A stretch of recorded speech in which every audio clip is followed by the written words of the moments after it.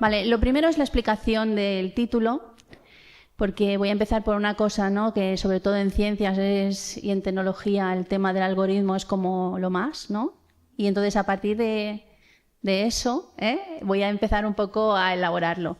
Y sobre todo me voy a centrar en los límites, es decir, dónde exploramos, yo en este caso con mis alumnos, dónde exploramos esos límites, ¿no? Por eso voy a hablar de educación y me voy a centrar en educación y no en investigación. Es decir, cuando estudiamos ciencias, yo, como ha comentado muy bien Karina, yo había estudiado física, ¿no? Cuando consigues tener una solución al problema, tú crees que ya lo has conseguido todo, ¿no? Es decir, venga, tenemos este problema, he conseguido esta solución, la podremos aplicar así, tengo unos parámetros, etcétera. ¿Qué pasa? Que cuando tratas con personas, todo esto ya os podéis imaginar que se va al traste, ¿no? O sea, es un poco como ridículo. Hasta cierto punto, yo había empezado a dar clases en el año 2000. Bueno, hace un tiempo, como podéis ver, no soy demasiado joven.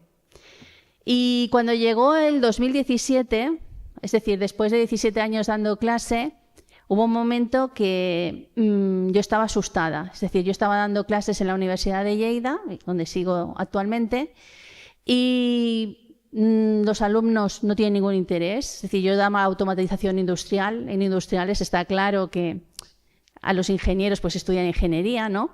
Pero a mí me asustaba muchísimo esa totalmente falta de empatía por cualquier cuestión humana, ¿no? Dije, ¿realmente estamos formando ingenieros para que sí, estos algoritmos lo sepan muy bien, que sepan resolver problemas? O sea, yo todo eso creía que lo estaba haciendo, pero creía también que me estaba dejando una parte muy importante, ¿no? Entonces, para mí fue un punto de inflexión de no quiero seguir haciendo esto. Es decir, me planteé y dije, no quiero enseñar así, quiero parar, ¿vale? Y luego había otra frase que odiaba y mis alumnos me decían muchísimo cuando yo intentaba pues que fueran un poco críticos o quería sacar esa parte un poquito más ética, ¿no?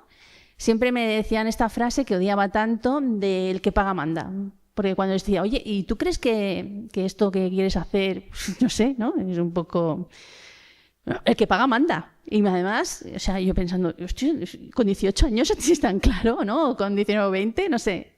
A mí estas, ¿vale? Os he puesto lo que más me chocó, pero para mí fue como un romper. También es verdad que yo, como habéis visto, había estudiado en Barcelona, ¿no? Pero me había salido la oportunidad de trabajar en la Universidad de Lleida y yo dije, pues ¿por qué no? Porque para mí todos son retos, ¿no? Claro, ¿por qué os pongo la fotografía de Lleida? Porque podéis ver, sobre todo, que hay mucho campo. Quiero decir, llamamos ciudad, pero realmente es bastante pequeña, ¿vale? Y creo que el contexto importa, ¿vale? Entonces empecé por ahí con mis alumnos. Es decir, pensé, yo no estoy en Barcelona, yo no quiero, tengo que dejar de mirar a Barcelona, es decir, yo no pretendo ser una Barcelona, es decir, ¿cómo puedo enseñar a ser personas a mis alumnos, pero aparte buenos profesionales en este contexto? Y esta fue mi entrada. Entonces, como premisas para empezar a trabajar, dije, no puedo trabajar solo con ingenieros. O sea, tengo que irme a otra facultad, coger gente diferente y en plan choque de vida. Es decir, tengo que hacer que trabajen con otra facultad, ¿vale? Entonces, esa fue lo primero. Luego quería que los alumnos no vieran diferentes edades, ¿no? Porque siempre uno tiende a decir, bueno, total, es más pequeño, ¿no? O total, este es un viejales. No, yo quería que fueran gente, es decir, alumnos que tuviesen la misma edad. Y luego lo que quería también es que hablaran. Porque parece una tontería lo que estoy diciendo, cosas como que son muy básicas, pero yo me he llevado verdaderos golpes de realidad, ¿vale? Que son los que os voy a contar. Y luego también quería que personas que no éramos los profes mirasen ese trabajo y les dieran también ese feedback, lo que nosotros llamamos mediadores. Y ahí utilizamos profesionales de muchos ámbitos, como os contaré, desde el arte, ¿vale?, a otros profesionales de otros países, para que vieran que no era una chaladura de los profesores, ¿no?, sino que también había gente que opinaba y que les daba un feedback sobre lo que estaban haciendo. Y luego también, como veréis, porque claro, en 2017 la IA no estaba, o sea, como en el 2022, hubo un gran cambio, como todos sabéis. Empezaré por el primer proyecto, ¿vale? Y acabaré por el último que hemos hecho. Es decir, no os explicaré todos los años, pero sí que me gustaría que vierais un poco por dónde empecé, cuáles fueron los inicios y hasta dónde estamos ahora con esa idea. Esto que veis aquí es un depósito de agua que ya no se utiliza en la ciudad de Lleida, ¿vale? Porque se quedó pequeñito. Y la cuestión es que se dejó así. Es decir, si vais a visitarlo, es un espacio para mí increíble en cuanto a sonoridad, en cuanto a texturas, es muy interesante y hemos hecho muchas cosas aquí. Y entonces hicimos una cosa muy loca, que es poner a los alumnos encima de este depósito, ¿vale? Es decir, encima del depósito hay una plaza, que ahora la veréis, ¿de acuerdo? Y entonces les hicimos una pregunta. La primera pregunta de la que partimos es, ¿qué veis en la plaza? Y vosotros diréis, pero bueno, a ver, tú les vas a enseñar ingeniería y automatización industrial, ¿o qué vas, no? Primero queríamos sacarlo fuera de su zona de confort. Es decir, estábamos poniendo ya a la ciudad, ¿de acuerdo?, como protagonista también del aprendizaje. Por eso os decía que el contexto era importante y yo me lo había creído. Estábamos en Lleida y queríamos que viviera en la ciudad de Lleida. Este depósito está en la parte más vieja de la ciudad. Y esa parte, ¿qué es lo que hay? Pues ya os podéis imaginar, es un barrio un poco deprimido y teníamos muchos alumnos que no querían ir. Ya la primera barrera es que no querían aparecer en ese sitio. Conseguimos que fueran. Y os voy a enseñar dos fotos, ¿vale? Porque cuando hicimos la pregunta encima de este depósito de qué es lo que habían visto, tuvimos el 100% de respuestas de los del grado de educación, ¿vale? Fue la foto de la izquierda, y el 100% de respuestas del grado nuestro de automatización industrial, de la asignatura de automatización industrial, fue la foto de la derecha. Es decir, los alumnos de ingeniería industrial no vieron a nadie. Cuando les preguntábamos que qué había en la plaza, nos dijeron que era una plaza, que tenía adoquines, que los adoquines medían, etcétera, tenían una inclinación, porque utilizaron el móvil para ver la inclinación, ¿vale?, de la plaza. Y los alumnos de educación no vieron nada, ni adoquines, no vieron colores, no vieron distancias, ¿vale? ¿Qué vieron? Vieron gente. Vieron gente. Además fue tan curioso que tuvimos a uno de estos señores que nos fue tirando ropa. O sea, supongo que nos encontraba muy bien, pero nos tiró ropa. Ningún ingeniero industrial vio que nos tiró ropa, ni nadie que nos tirase ropa. Entonces, como podéis ver, era un poquito ya para llorar, ¿no? Es decir, gente de la misma edad, absolutamente de la misma edad, lo que estaban percibiendo en la ciudad se parecía como una castaña, ¿vale? Por eso me parecía tan preocupante que mis ingenieros industriales, lo siento, pero me los apropio mucho, como podéis ver, ¿no? No es que fueran míos, pero yo me lo tomaba así. No estaban viendo personas, no veían a ninguna persona, no veían nada de eso, solo veían cosas. ¿Vale? Con lo que me quedé es que muchas veces todo era una reflexión muy fuerte, ¿no? Todo ese conocimiento tácito que damos por sabido, que pensamos que tenemos, eso no es verdad. O sea, ya partí de que no podía presuponer nada, ¿vale? ¿Qué hicimos? Pues eran ingenieros industriales, tenían que hacer cosas, pero queríamos que hicieran cosas para la gente, queríamos que pensaran. Entonces los metimos dentro del depósito y les dijimos, aquí hay agua, esto no es seguro para la electricidad. Entonces, ¿cómo resolveríais este problema? ¿Cómo enseñaríais, ¿vale?, que se puede generar electricidad con el agua? Es decir, ¿cómo podríamos hacer una exposición para concienciar sobre el uso del agua? Y estos son algunos productos que hicieron. Entonces, a medida que construyeron los productos, como turbinas, luego tenemos con una caja de zapatos y como envoltorio, hicimos un cacharro para quitar humedad, era muy curioso. Luego también hicimos algunos, en la parte de arriba es justamente para enseñar planos que mejoramos del propio depósito porque no existían. Todo tenía un fin. Es decir, tuvieron feedback de los alumnos de educación y se dieron cuenta que tenían que trabajar para las personas. Entonces, este fue nuestro primero granito de arena. El segundo año lo llevamos a un poquito más allá de lo que llamamos Smart City. Ahí lo pasaron un poco peor porque les obligamos a hablar con la gente. Entonces mis ingenieros dijeron que ellos no iban a hablar con la gente, que no les iban a preguntar, que igual les robaban por nuestra culpa.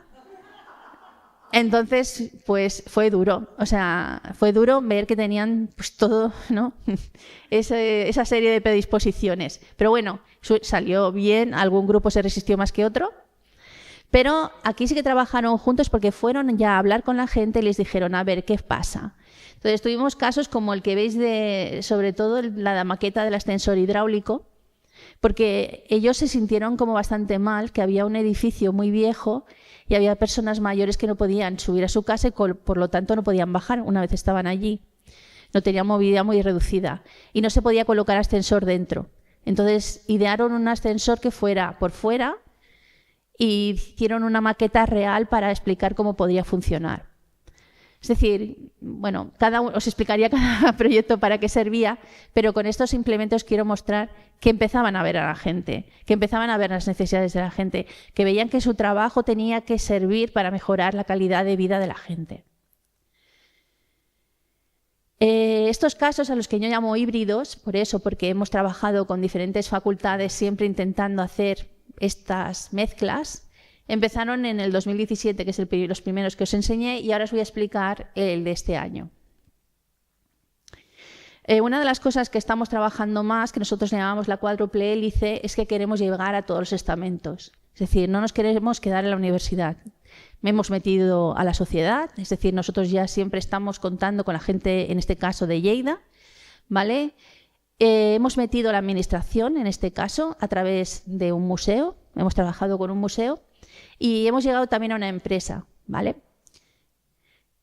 Que se llama Bonaria y que luego os la enseñaré. La asignatura en cuestión que yo ahora estoy dando, ¿vale? Porque ya me echaron de, como os podéis imaginar, los ingenieros, fue demasiado fuerte. Entonces ahora tuve que montar otro grado diferente para engañar a otra gente. Y ahora explico diseño de la interacción. Aquí es todavía más salto mortal porque es directamente con los que acaban de entrar en la universidad, es decir, son de primero.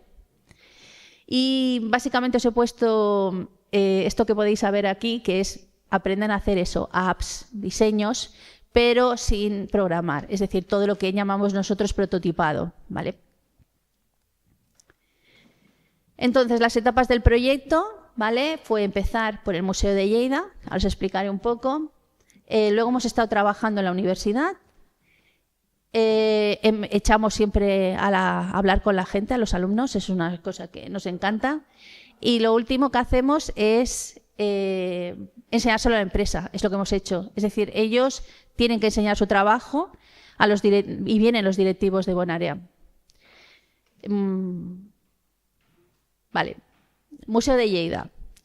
Ya como podéis ver, es un museo que no es que vaya mucha gente en Lleida, ¿vale? Es así. Podría... Pero nosotros pensamos que primero era una buena manera de conectar con todo el patrimonio cultural y luego era una buena manera de estimularlos, ¿vale? Entonces les obligamos por equipos tanto de educación, en este caso, como de diseño digital, a unirse en equipos y tenía cada equipo que elegir una imagen, ¿vale? Ya podéis ver que las imágenes, bueno, pues románico, no eran muy youtubers, ¿vale? La empresa con la que trabajamos es Bonaria. Claro, vuelvo a decir, es el contexto que tenemos, pero no nos vamos a ir a Barcelona. Nosotros queríamos que fuera contexto de donde estábamos. Y una de las empresas más grandes que tenemos allí es esta. Como podéis ver, es más grande la empresa que el pueblo, por eso he puesto la foto para que os hagáis una idea. Este es el pueblo de Guisona. ¿Vale? Primer problema. Y ahora diréis, vaya rollo nos ha soltado y nos ha hablado de la IA, ¿no? Que se supone que tenía que hablar de los límites de la IA. Bueno, ya os dije que la IA generativa entra muy fuerte en el 22 y entonces a partir de ahí la integramos. Por eso os iba a explicar el último caso y cómo la estamos tratando. Primer problema, tenemos muchos estudiantes que son anti-IA. Es decir, no la quieren utilizar. ¿Por qué? Porque consideran que les roba su trabajo.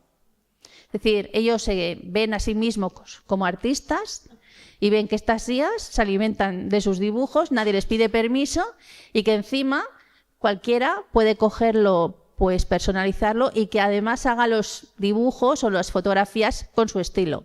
Con lo cual no quieren ni oír hablar de la IA. Este es el principal problema. Entonces, cuando yo les dije tenéis que elegir un cuadro, me eligieron este y me dijeron, no, yo no voy a utilizar la IA, ¿eh? ¿Ya lo has entendido o qué? Digo, no, me parece muy bien, ya hablaremos, vamos haciendo. Yo digo, vamos haciendo, no pasa nada. Y todos los trabajos los empiezan a hacer a mano. Por eso os lo he puesto. Había gente que ya me lo prepara todo en digital y ellos me hacían los dibujos a mano.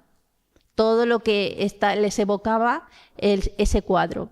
Pensar que una de las cosas más interesantes que creo que es de trabajar con otra facultad es que teníamos un historiador que cualquier duda que tenían, ¿vale? Podían ir a él. Y eso nos fue muy útil con el tema de la IA. Lo primero que hice es lo que decíamos antes del tema de los límites, ¿no? Entonces les enseñé cuánto se tarda en hacer una animación. Si alguno que ha estado en el tema, no es fácil hacer animaciones. Se quedaron muertos cuando vieron que cobraban vida los frescos que acababan de ver. Les dije, bueno, si tú tienes un trabajo que te lo están pidiendo para anteayer, no sé si os suena alguno que ha estado en empresa, pero suele funcionar así. Esto te lo pedí para ayer y tú, claro. Bueno, pues hay cosas que se pueden hacer con IA. Aquí podéis ver que no es que sea perfecto, pero esto, hacerlo con Procreate, si lo habéis utilizado o con otra herramienta, lleva su tiempo. ¿Veis? Aquí son algunos ejemplos. ¿Qué se trata? Yo les enseño las filmaciones y empezamos a ver qué cosas hacen mal, qué cosas hacen bien, cuánto se tarda en generar. Y en una empresa todo importa, el tiempo importa mucho, la calidad importa. Entonces ellos tienen que valorar el esfuerzo de lo que significa hacerlo, ¿no? A mano todo, o puedes tener un ejemplo para el cliente para mostrarle y decirle, oye, mira, que vamos a hacer algo parecido a esto, ¿qué te parece? Solo os digo que el historiador cuando lo vio casi se muere. ¿Vale? Claro, entonces ya los de la IA que eran anti-IA decían, pues puede ser útil. Digo, claro, es lo que tiene, ¿no? Es decir, hay que valorar muchos parámetros antes de decir no quiero utilizarlo, etcétera. ¿Vale? Y esto cada vez está mejorando más. Entonces, ya os digo, es una cuestión de saber hasta dónde llega, porque aquí, si os lo miráis bien, tenemos el fallo de la mano, tenemos el fallo a lo mejor de que cae mucha sopa, es decir, hay muchísimos fallos, no está perfecto para nada. ¿Vale? Pero sí que es una manera para hacerle a lo mejor un pick a un cliente, decirle, oye, mira, yo lo que te propongo es hacer una filmación de este estilo y tal, porque me pillas hoy, te lo hago en 5 segundos, pero esto requiere su tiempo, ¿entendéis? Entonces, le planteé al historiador, porque el historiador lo primero que le dije es, vamos a utilizar la IA de muchas maneras. Bueno, cuando le enseñé lo que os he enseñado, dijo, ¿eso lo puede hacer una IA? Y le dije, sí, pero puede hacer más cosas. Y me dice, no me puede quitar el trabajo. Digo, vamos a hacer una cosa. ¿Qué te parece?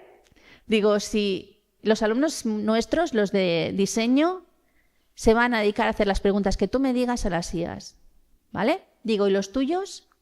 Digo, se van a dedicar a hacer las mismas preguntas, pero con las fuentes que tú les digas. Y vamos a comparar. Entonces eso les ayudó mucho, ¿vale? A crear, porque claro, los diseñadores al final son diseñadores y tenían que crear texturas, tenían que crear pues un imaginario, ¿vale? Les ayudó un poco a ver qué mitos, ¿vale? Se inventaba la IA o no llegaba la IA a ese grano de definición y que en cambio un historiador sí. Y entonces se lo dije al historiador, digo, pero ¿no ves que sí estamos dando importancia a lo que tú haces? Ellos ven dónde están los límites.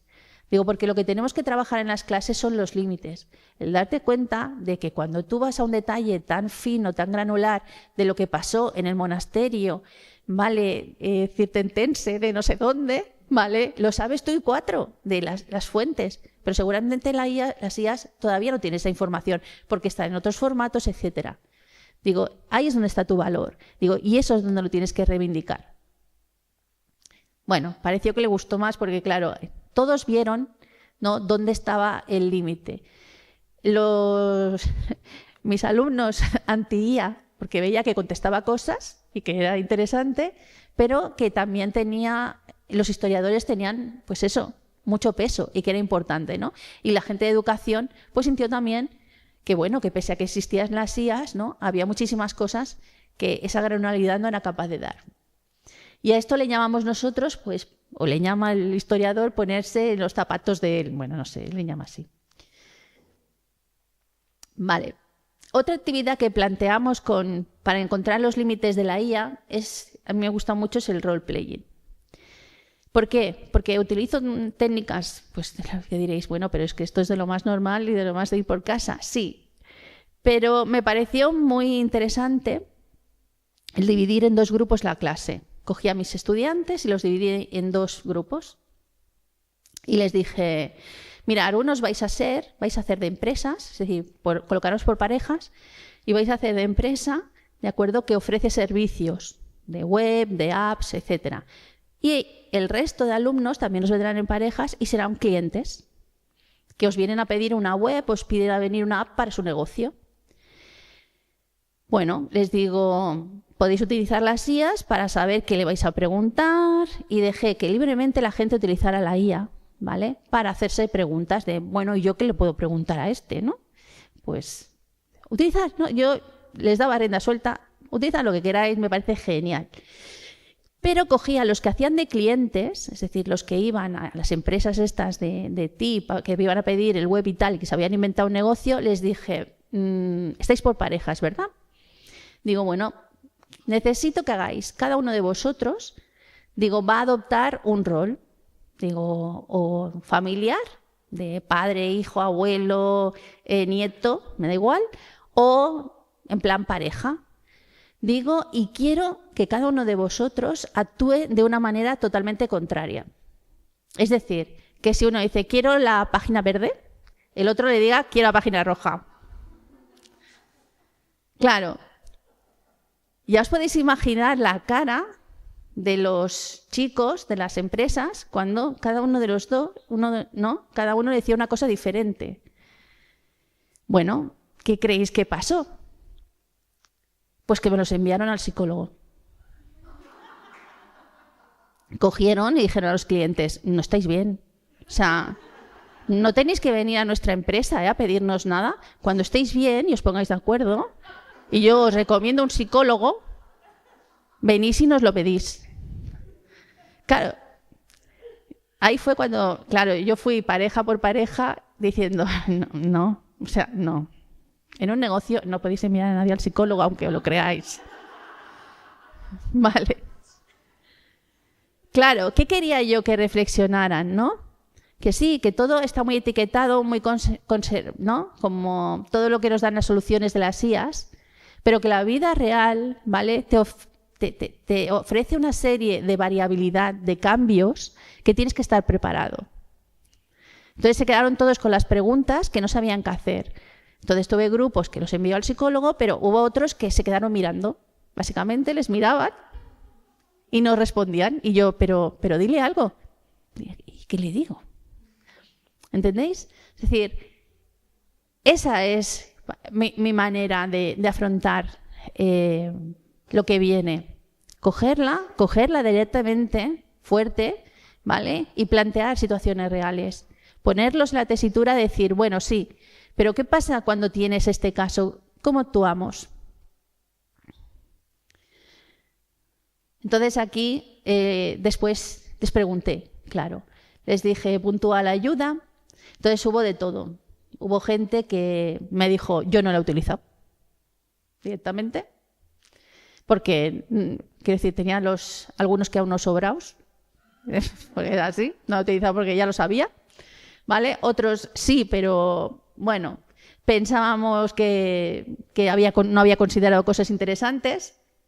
Pero sí que, de alguna manera, ¿vale? Yo buscaba eso, es decir, que ellos vieran los límites, hasta dónde llegan, qué pueden hacer. Y que la vida real siempre les va a ofrecer situaciones, ¿vale?, que van más allá de las soluciones que nos está dando ahora la IA.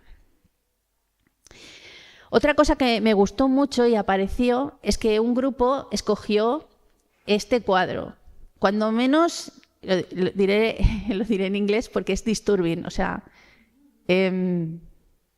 hombre, es un poco chungo. Es decir, le está ofreciendo ahí los pechos porque era Santa Ágata y se los habían cortado. Claro, esto a las chicas, hubo un grupo de chicas que se quedaron muertas. Dijeron, ¿pero esto qué es? Digo, bueno, cosas que hacían a la gente. Es decir, claro. Entonces, es una aberración, ¿no? O sea, cuando tú te lo paras a pensar es una aberración. Y de hecho ahora, para el cáncer de mama, ¿no?, pues digamos que es la patrona de aquellos que lo sufren, ¿no? Pero tiene una historia detrás. ¿Qué fue bonito? Que ellos descubrieron esta historia. Es decir, cuando vieron el cuadro se quedaron a cuadros, nunca mejor dicho, porque la verdad es que es muy impactante, ¿de acuerdo? Y lo más impactante de todo es que se venden los pechos, o sea, son dulces. Por ejemplo, en Aragón se venden muchísimo. Ya se había perdido la historia en Lleida, ¿vale?, pero en Aragón se siguen consumiendo este postre. Entonces, ellos quisieron decir, bueno, esa historia que hemos perdido, pero que sí que la tenemos presente en el museo, queremos que llegue a la gente. Y entonces hicieron, pues, como veis, hicieron el logotipo basándose en este postre, ¿vale?, y la paleta de colores basándose en el cuadro. Entonces, diréis, bueno, después de ver tantos cuadros y de ver todo esto, ¿qué tiene que ver con lo que nos has explicado de diseño de la interacción? Bueno, pues tiene que ver que con todo lo que os he explicado, cada grupo, ¿vale?, desarrolló algo único para ofrecer a la empresa, algo que fuera del territorio, ¿vale?, en este caso como los postres que se habían perdido, ¿vale?, pero que habían estado antes y que se consumían de diferentes maneras. ¿Qué pasó? Que cada grupo, nadie se preocupa ni de copiarse del compañero porque cada grupo evoluciona de una manera muy diferente. Aquí podéis ver, después hicimos unas fichas y podéis ver cómo cada grupo, hay algunos que sí que se parecen. Bueno, el tema del licor triunfó, también os lo digo, ¿vale? Pero hubo gente que se preocupó, por ejemplo, por remedios para el pelo, de cosmética. Luego hubo trabajos muy interesantes de ver cómo era el mundo medieval. Luego hicimos una cosa para niños, otro que iba a los orígenes de las recetas que se utilizaban, otras, las chicas, se concentraron en los postres y bueno, los que no querían utilizar IA para nada siguieron RQR y ahí podéis ver lo de Elixirs Catalans, bueno, pues se hizo todo a mano. Muchas gracias.